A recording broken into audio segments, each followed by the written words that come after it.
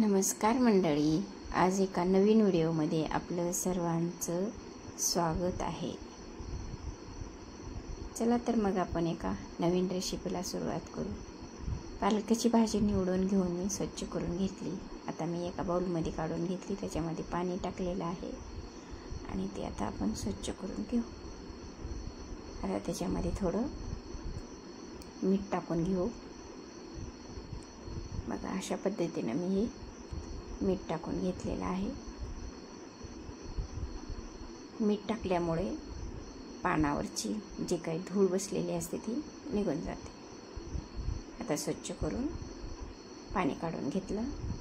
आता ह्या 3 डाळी घेतलेल्या आहेत. एक मुगाची डाळ, मटकीची डाळ आणि मसूर डाळ.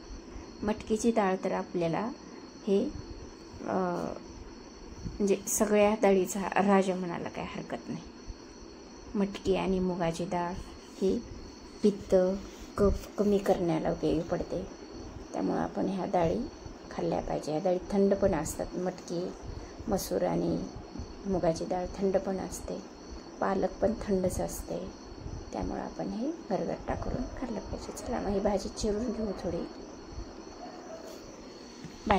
बारीक तुकडे करून घेतलेले आहेत. आता मी हे बाउलमध्ये काढून घेतले. अशा पद्धतीनं हे बाउलमध्ये काढून घेतल्यानंतर मी आता कुकर घेतलं आणि त्या कुकरमध्ये डाळ टाकून घेतली. ह्या 3 डाळी धुवून घेतल्या होत्या ना, ह्या 3 पण डाळी आपण ह्या कुकरमध्ये घालून घेऊ. बघा, अशा पद्धतीने ह्या 3 डाळी ह्या कुकरमध्ये घालून घेतलेल्या आहेत आणि आता त्याच्यामध्ये आपल्याला पालकाची भाजी मिक्स करून घ्यायची. हे आपण पालकाची भाजी बारीक तुकडे केले होते ना, हे आता ह्याच्यामध्ये मिक्स करून घेऊ. आता आपण त्याच्यामध्ये थोडंसं पाणी पण टाकून घेऊ. आता ह्याच्यामध्ये आपल्याला पाणी टाकायचं आहे. भाजीच्या वर एक अर्धा इंच वरी पाणी येईल अशा पद्धतीने आपण पाणी टाकून घ्यायचं. आता त्याला झाकण लावून घेऊ आणि हे आपण आता गॅसवर ठेवून देऊ. अशा पद्धतीने गॅसवर ठेवून दिलेलं आहे. आपण आता हे 3 शिट्ट्या होऊ द्यायच्या. आता 3 शिट्ट्या झालेल्या आहेत. आपण हे उतरून घेतलं आणि आता हे आपण गरगटून घेऊ. आपण ह्याच्यामध्ये आता लाल तिखट घातलं, हळद घातली आणि आता एक अर्धा चमचा मीठ घातलं. अजून थोडं मीठ घातलं. आता हे सगळं रवीच्या सहाय्याने आपण हे मिक्स करून घेऊ. हे सगळं एकजीव करून घ्यायचं. बघा, अशा पद्धतीने हे ढवळून घेतलं व्यवस्थितरित्या. हे सगळं एकजीव करून घेतलेलं आहे. आता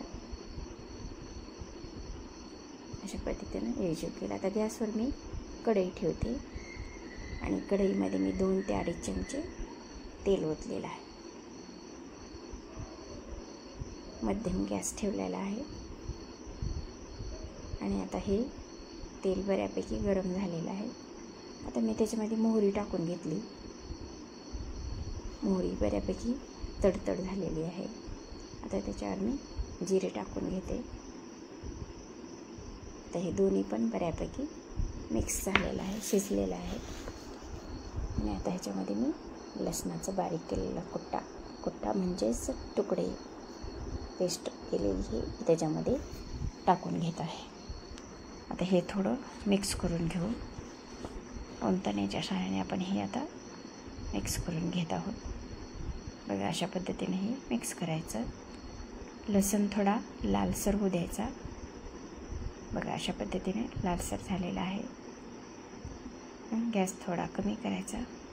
त्याच्यामध्ये हळद टाकली, लाल तिखट टाकलं,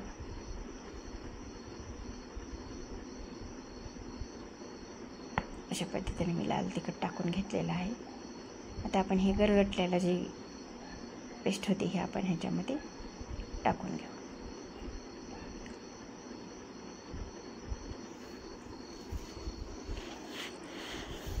मसूर डाळ ही पचनासाठी हलकी असते आणि थंड पण असते.